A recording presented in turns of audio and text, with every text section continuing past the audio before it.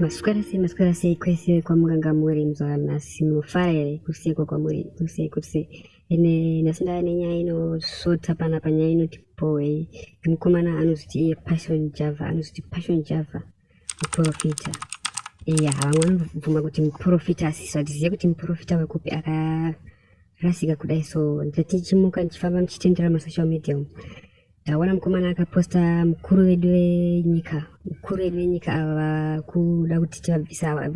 vamunangagwa vanokonzesa kuti vana vatamburi vaende kunzvimbo dzakasiyana mkumana akaposta ipopo saka mafanzi haana kufara nazvo mafanzi aratidza kurwadziwa saka nechikuradziwa maretere aita haana kufara ashushikana chaizvo akasika kutanga achidai mkumana achirasisa achiita zvechitsaka izvi asi sataenda kure please guys ndokumbirawo mungobayawo kasubscribe aiwa ndino nechidhaka guys kasubscribe iwo thank you all saka onai zviri pamufananidzo iyo ndiyo post kana iye passion java achiratidza kusimbisa id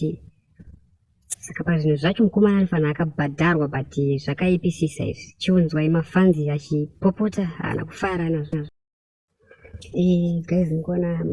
mukomana anoziva kuti taane makore tichitambura munyika ino yeZimbabwe asi kurudzira izvozvo kureva kuti ari kufara nekutambura kune kuchita vana veZimbabwe vachienda kunyika dzakasiyana vachitsvaga upfumi asi munhu anosimbisa government yakaita seiyoyoyo zvoreva kuti pane zviripo pane kusakwana kuri pamunhu hazvina kumira zvakanaka passion java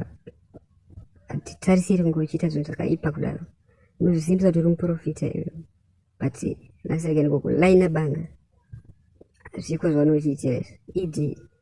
you must go. Guys, nekuya pachivhitivhiti chino. Please don't forget to subscribe. Love you all.